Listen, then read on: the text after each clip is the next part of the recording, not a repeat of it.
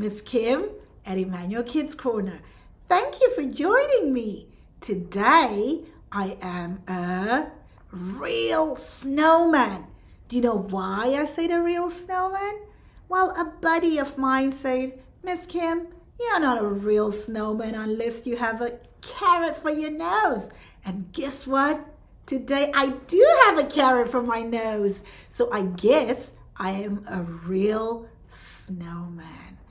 Well, this week at Emmanuel Kids Corner, we're continuing with snow, snow, snow. And we have been talking about penguins this week. So I have some penguin buddies joining us for our book today. Today's book is about Pete the penguin who goes off on some adventures. He's the youngest in his colony and he wants to get bigger too soon. So let's find out what happens with Pete the penguin. Join us. Penguin Pete by Marcus Pfister. Once upon a time, there was a colony of penguins living happily together in the Arctic. The youngest penguin was called Pete. He was so small that the other penguins called him Pint-sized Pete. Don't worry, said Pete's mother. All penguins are pint-sized when they're young. One day you'll grow bigger and then you'll be able to swim in the sea with the rest of us. Pete thought the grown-up penguins looked beautiful swimming in the sea. He wanted to grow up fast so he could join them.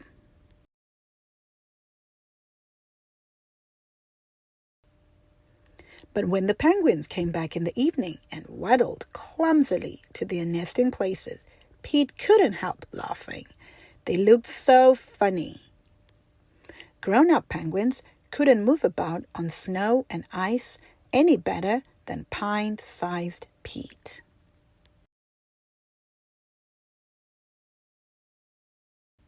I'll show them a penguin can move gracefully on land, said Pete to himself, and he began practicing flipper skating every day. It was great fun. He slid about all over the ice and usually ended up on the ground with a thump.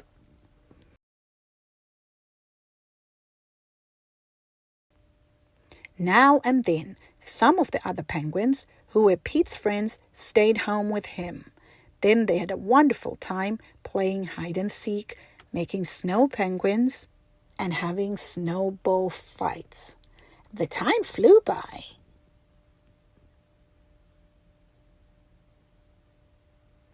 One day, a flock of birds landed on the patch of ice where the penguins lived, calling and screeching and flapping their wings. Pete marched proudly through the rows of birds. How tiny they were! He felt very big and grown up. "Hello," said one of the little birds. "What kind of funny bird are you?" "I'm a penguin," he said. "My name's Pete." "Pleased to meet you, Pete," said the little bird. "My name's Steve. Let's have a flying race." "Don't be silly," said Pete. "I can't fly." "Then it's time you learned," said Steve. "All you have to do is flap your wings hard. Just watch me. It's easy." Pete tried and tried to fly, but he couldn't. He could only jump a little way into the air. Remember to subscribe for more videos. Pete and Steve were soon great friends, even if they couldn't go flying together. But Pete wanted nothing better than to fly with his friend. Although he tried to take off over and over again, his flights always ended in a crash landing.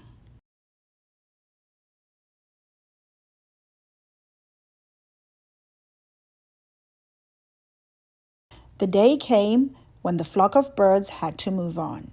There was nothing Steve could do about it.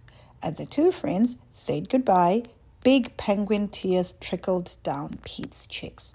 "Never mind, Pete," Steve called back as he flew away. "I'm sure we'll be landing on this patch of ice again next year." Pete was very sad. but his mother knew how to cheer him up. The next day, he was allowed to go swimming in the sea for the first time. He was very excited, though the thought of diving into the water headfirst was rather scary. But Pete found 2 ledges of ice at the water's edge. He climbed cautiously down the ledges and slid backward into the sea. "I'll do a proper dive tomorrow," thought Pete.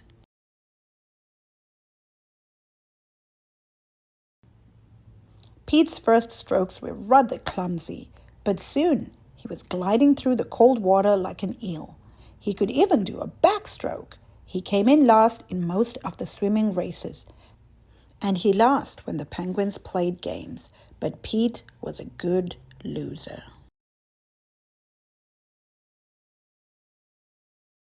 He never tired of looking at all the fish and seaweed. There was something new around the corner of every rock. What a wonderful, mysterious place the sea was.